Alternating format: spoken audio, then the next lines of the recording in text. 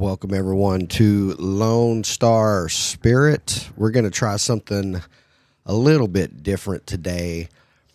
I plan on actually releasing 2 videos today, but what we're going to do in this first video is we're going to do something weather related, especially with Hurricane Beryl in the Caribbean right now, and still a lot of uncertainty as to where that storm is going to end up. And I have a somewhat morbid fascination with severe weather, thunderstorms, tornadoes, hurricanes, the whole 9 yards, as many of you have probably already determined if you've been watching this channel for any length of time. But what we're going to do today is we're going to look at the windy forecasting that is available online, and you'll see the address for windy coming up just now on the bottom of the screen. And at least for my money, this is probably the best, most user-friendly weather forecasting model that I've seen online. I like it better than AccuWeather. I'm not a big fan of Weather Underground. I used to be, but I'm not anymore. But Windy has really kind of changed the game, at least in my book. So we're going to look at what Hurricane Beryl could potentially do. And the only reason I'm doing this is because it could potentially affect a lot of people along the Texas Gulf Coast. And we're talking all the way from Brownsville all the way up through the Houston area. So we're going to take a look at that and maybe discuss a little bit about what the possibilities are. Again, this is more for knowledge, safety.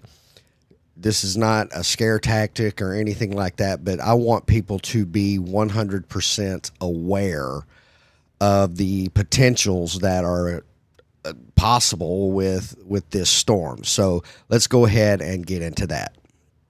We're going to be looking at the European model first, and we're starting right here at the very bottom of the screen. You're going to see Thursday the 4th at 2 p.m., which is pretty close to the time we're at right now. And this is the current location of Hurricane Beryl. And what I want you to really pay attention to is the barometric pressure. And then we're going to look at the paths that the 3 models have for this storm. And we're going to zoom back out just a little bit, kind of give you a broader picture of where everything is in relation to the current position of Hurricane Beryl. So right here, we've got the Yucatan Peninsula, Mexico right here, and this is the area of concern all the way from just south of Houston all the way down to right around here around the Tampico area of Mexico.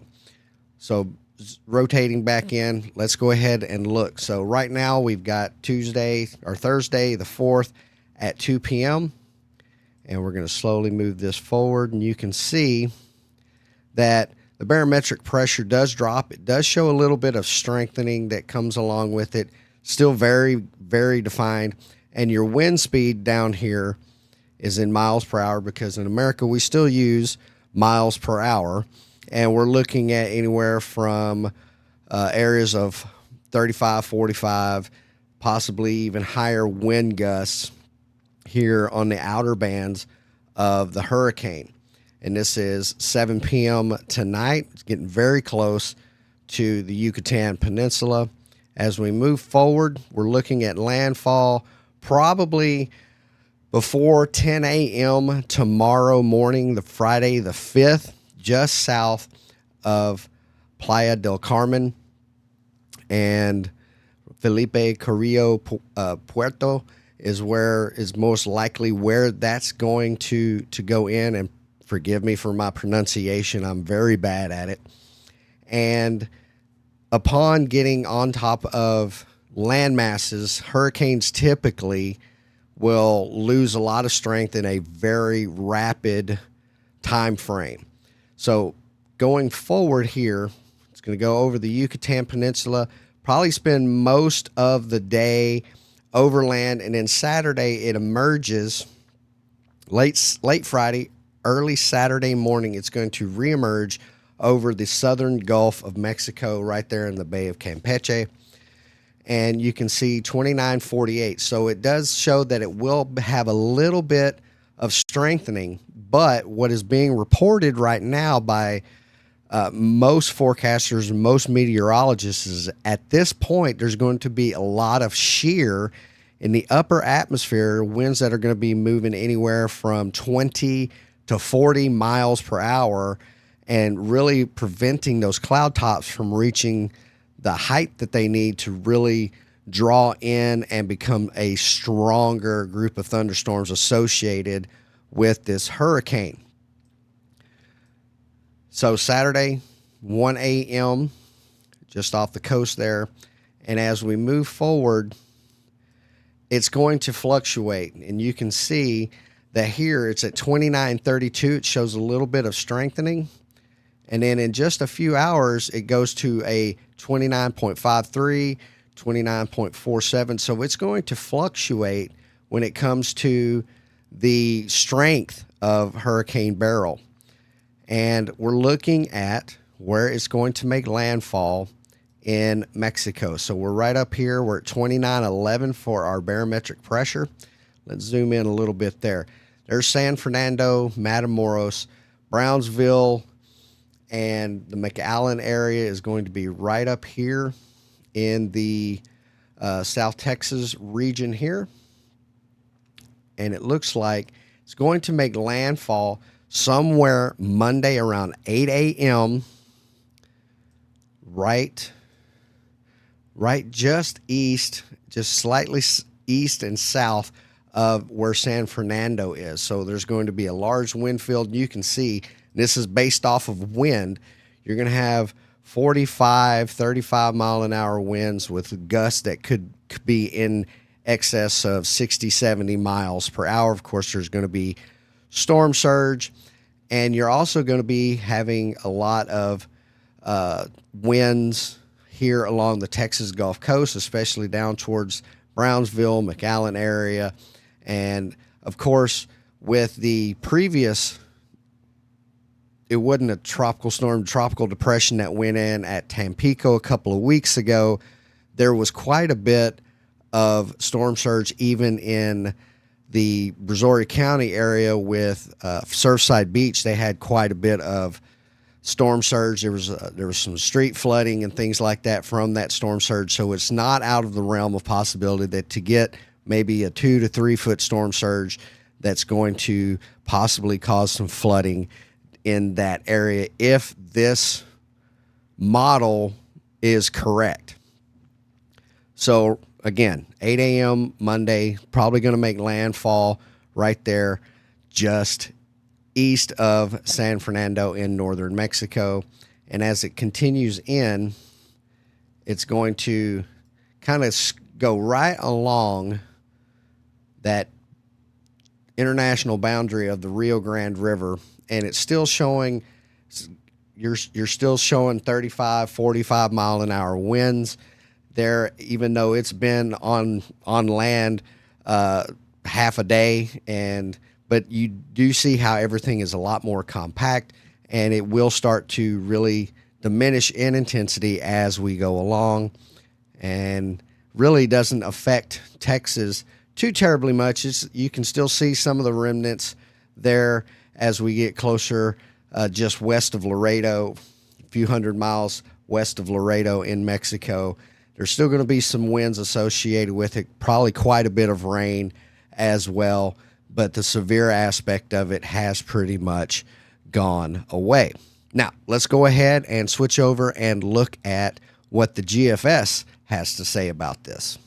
All right, now we are looking at the GFS model, and again, I've zoomed out so you can get an idea. It's got it basically in the same position that the European model has it. Let's go ahead and zoom in just a little bit and look at where we're at now. They've got the barometric pressure at 29.3, and I've started it the same time, 2 p.m. today, July 4th. And we're going to go ahead and move forward with that. And you can see, according to the GFS, it's going to look like it's really going to start to lose a lot of its strength before it gets to the Yucatan Peninsula. And as it goes in, it really does lose a lot of intensity. So as we go through, it comes back on the other side, and it's still fairly weak, and it's almost in the same exact position that the European model showed. So 29.62 is our low for that area right there. And we're going to go ahead and zoom out just a little bit, and that way we can watch where it goes. Now, you can, if you remember, we're looking at right here, Sunday at 12 p.m. Oop, move forward just a little bit. Let's get back to where we were. There we go. All right, okay, we're close enough there. So Sunday at 6 a.m., this is quite a bit further north than where the European model had it set. So as we move forward, it's still kind of going in a little bit more of a northern push and comes in onshore right around 4 p.m., probably around 3 o'clock in the afternoon on Sunday. And this is quite a bit further north than what the European model is forecasting. Now, the European and the GFS, or the American model, are the two that most forecasters and meteorologists are going to try to use when it comes to forecasting these hurricanes. And here it's not showing Beryl to be very strong at all, because again, that wind shear is going to prevent the rapid intensification of this storm. So you're still going to have your storm surge. You're still going to have your winds that are going to be anywhere from 20 to 45 miles an hour. And then it's going to quickly dissipate or lose strength as the day carries on. You can see here, this one takes much more of a north turn once it gets on land. And you notice here around the Corpus Christi, South Padre area, the winds have just jumped up to about 45 miles per hour just offshore. The previous path took it more toward Monclova and stayed on the south and west side of the Rio Grande River. This one takes it directly into South Texas. Move it up and zoom out just a little bit. And you can see we went a little bit too far there. There we go. So there we are, Monday, the low, and you can see it right there still. And it's going to really affect those individuals that are in the Rio Grande Valley, around the Laredo area. San Antonio is probably going to get a little bit of the remnants of it. Houston or south of Houston, actually, probably even south. You're probably talking Matagorda south is going to really get more of the rain associated with it, and the little bit of the storm surge, a little bit of the wind as well. But most of the activity, once it makes landfall, is going to be right there in South Texas. Now, you can see that difference, and it's not a huge difference, but it is a marked difference from the European to the American model. Now, with the Icon model, we've got almost something completely different. So let's go ahead and get into that. Now we're looking at the final model that we're going to be looking at in this video, and this is the Icon model. And again, I must reiterate that a lot of forecasters, a lot of meteorologists do not feel that Icon is very good or designed for hurricanes. regardless, I do feel that it is important for there to be comparison between the three, and that's why I'm doing this. So Icon is going to have a little bit different take on this, and it's still within that cone of uncertainty right now. We still got a couple of days that we could actually have some big changes, a more northern push, more western push. There's still a possibility that it will take a northeast push and start to go toward Louisiana, although that is kind of on the outs. That's less likely to happen than the other two. But with Icon, we're going to be able to see a much bigger difference when it comes to where Icon says Hurricane Beryl is going to go. So we're starting at today, the 4th, 2 p.m. once again. Let's go ahead and zoom in just a little bit. And we're going in here. And basically in the same area, landfall on the Yucatan Peninsula. But you'll notice when it comes off of the Yucatan, it's much further north. The other two had it closer to Campeche right here.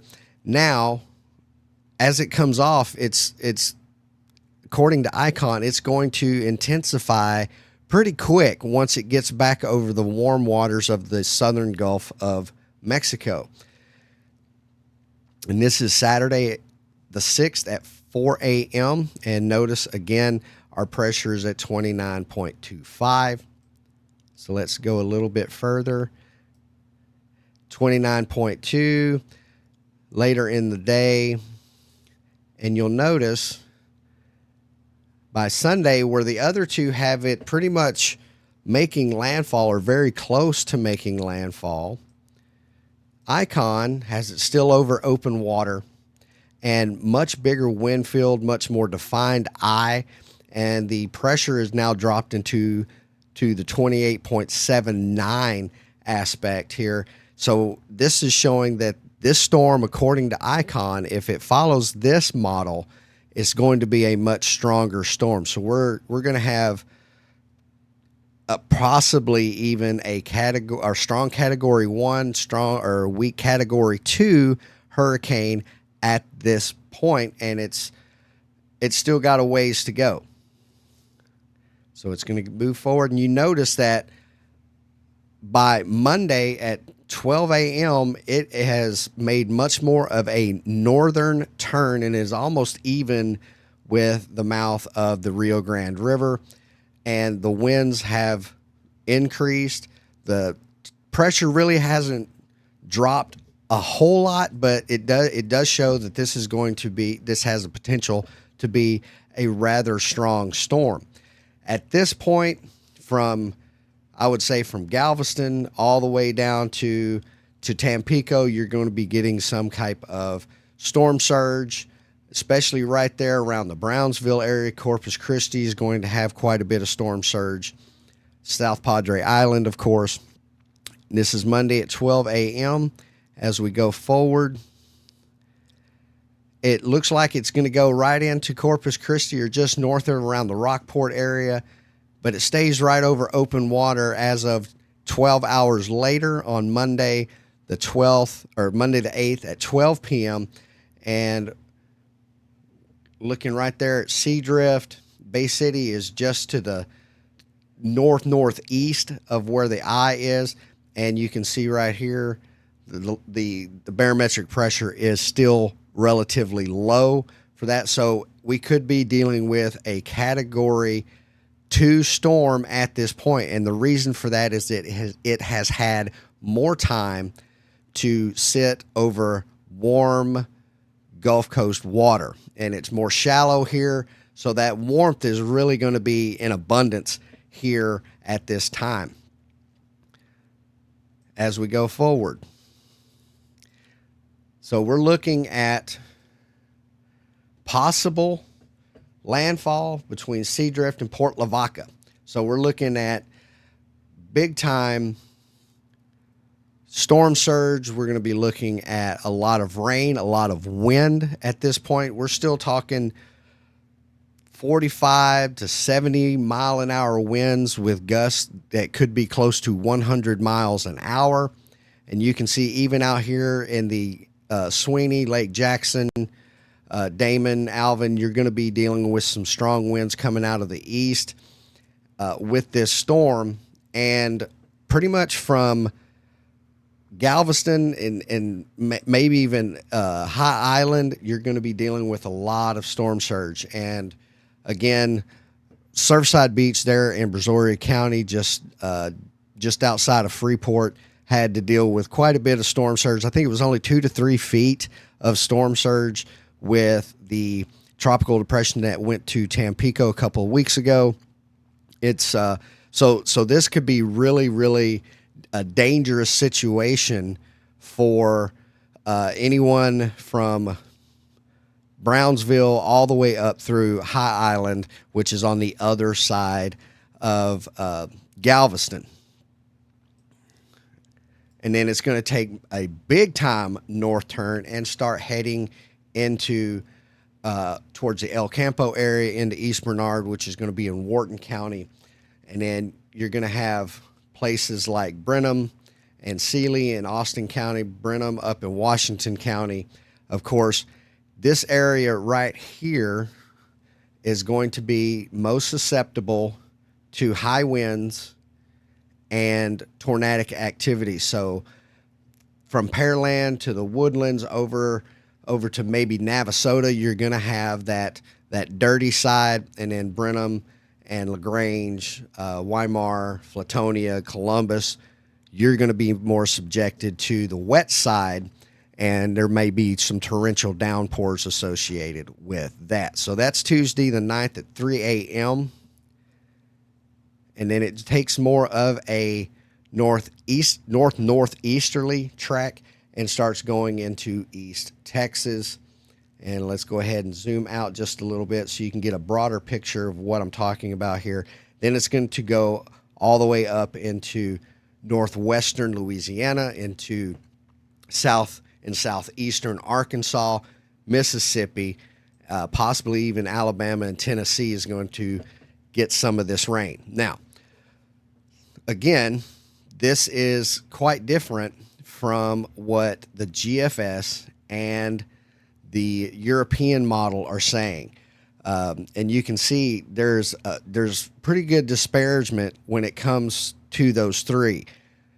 European model is definitely saying that it's going to stay in Mexico, not really affect Texas or the eye of the storm. The center of rotation is not going to even come into the state of Texas, where the GFS and ICON are stating that it will. Where GFS and ICON do kind of meet up is when we get into the Texas area and it takes more of that northern turn.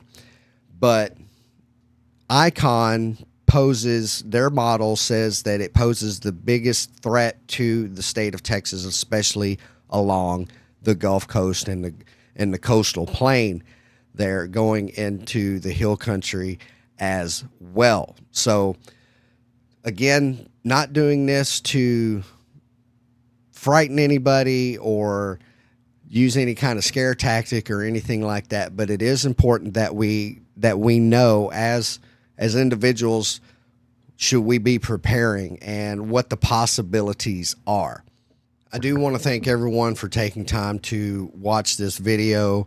I tried not to make it entirely too long, but I do fully 100% believe that it is my duty as a good citizen, not only of the state of Texas, but as an American, that this information be shared and everybody knows the possibilities that are out there when it comes to these dangerous hurricanes.